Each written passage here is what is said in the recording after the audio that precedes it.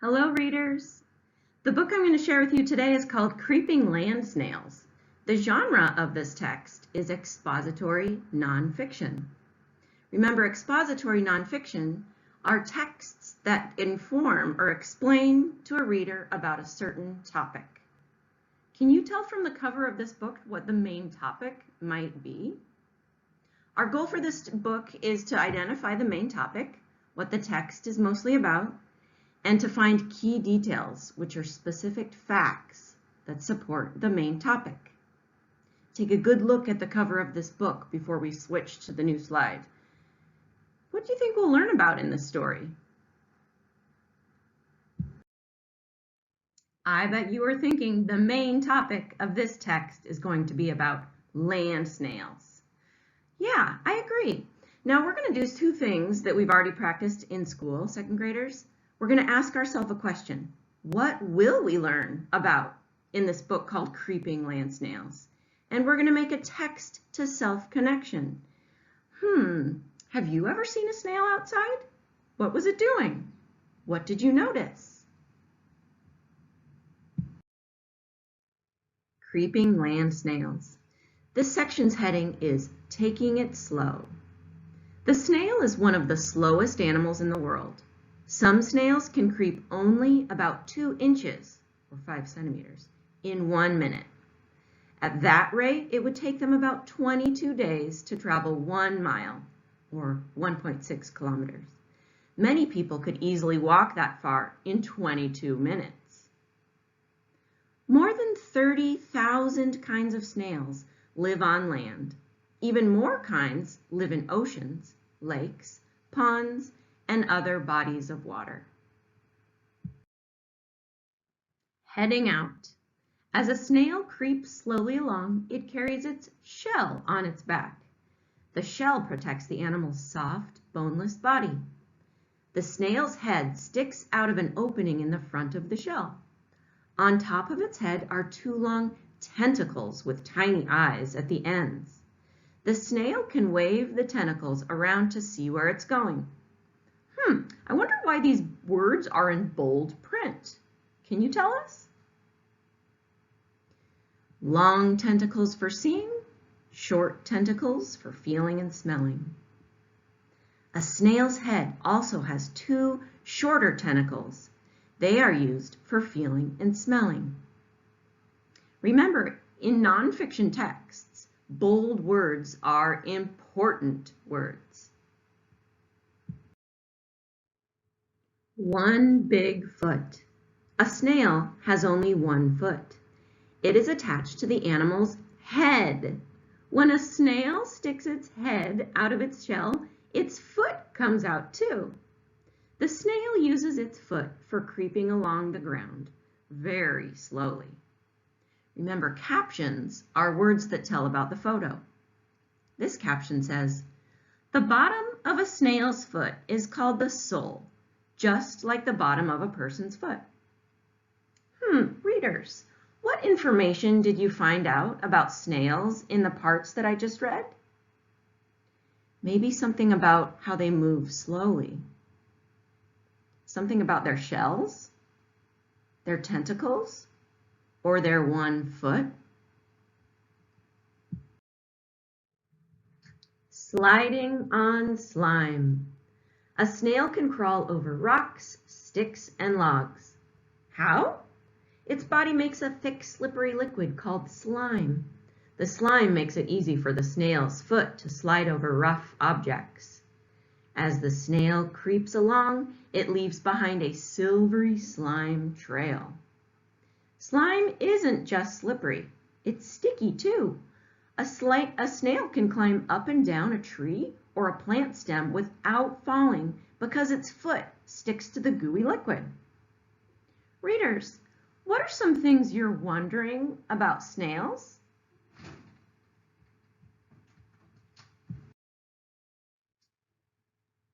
Don't dry out.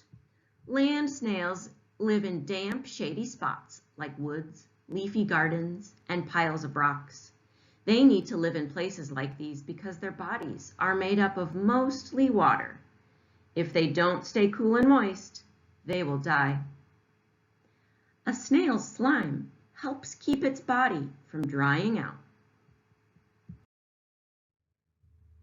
This section is called damp dinners. Snails come out in damp, drizzly weather or at night to look for food. Drizzly means when it's lightly raining. They feed on grass, leaves, and mushrooms. They like to eat lettuce, cabbage, and spinach from vegetable gardens too. Some kinds of snails also eat tiny insects, worms, and other snails. Inside a snail's mouth is a tongue-like part covered with thousands of tiny, sharp teeth. A snail uses it like a saw to shred its food into tiny bits. Readers, after looking at this picture, what do you remember about how snails move?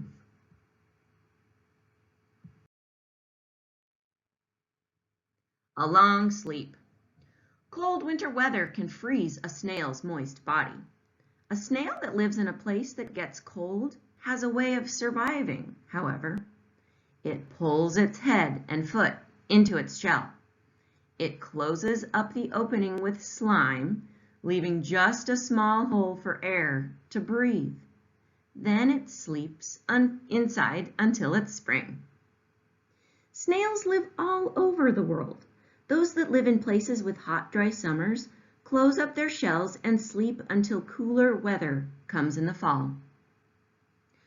Readers, what is a key detail this section tells about how snails survive during the winter?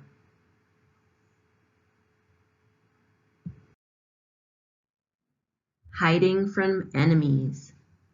Shells are not just a place for snails to sleep in through bad weather. Snails also use shells to hide from enemies. Many kinds of animals hunt and eat snails. Birds, frogs, beetles, snakes, and mice are just a few of them. A snail tries to stay safe from these enemies by pulling its head and foot into its shell.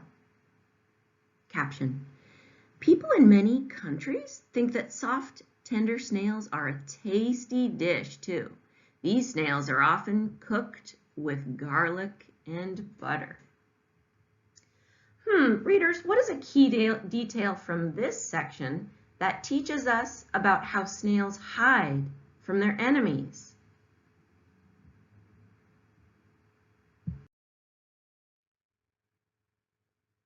A shell for life. Baby snails hatch from eggs. Each baby snail already has a tiny shell when it comes out of its egg. The shell will get bigger as the small animal grows. The snail will always carry the shell on its back as it moves slowly through life. This is a photo of a giant African snail. Some land snails are only as big as a grain of rice. Others, like the giant African snail, grow up to 15 inches or 38 centimeters long. That is bigger than this book or your computer. A world of invertebrates. An animal that has a skeleton with a backbone inside its body is called a vertebrate. Vertebrate. Mammals, birds, fish, reptiles, and amphibians are all vertebrates. An animal that does not have a skeleton with a backbone inside its body is an invertebrate. Invertebrate. More than 95% of all kinds of animals on Earth are invertebrates. I would say that's mostly all animals on Earth. Some invertebrates, such as insects and spiders, have hard skeletons called exoskeletons on the outside of their bodies.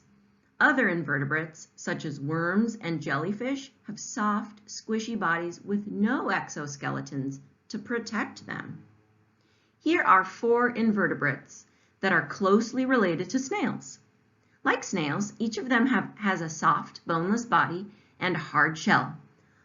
Unlike snails, each of these animals has a two-part shell that can open and close, such as a Pacific oyster, giant clam, blue mussel, or baby scallop. Readers, here's the glossary where we noticed those words in bold earlier in the text now appear. Backbone, slime, shell, tentacles. So readers, when we came upon those bold words earlier in the text, we asked ourselves, if I don't know what this word means, where can I find its definition?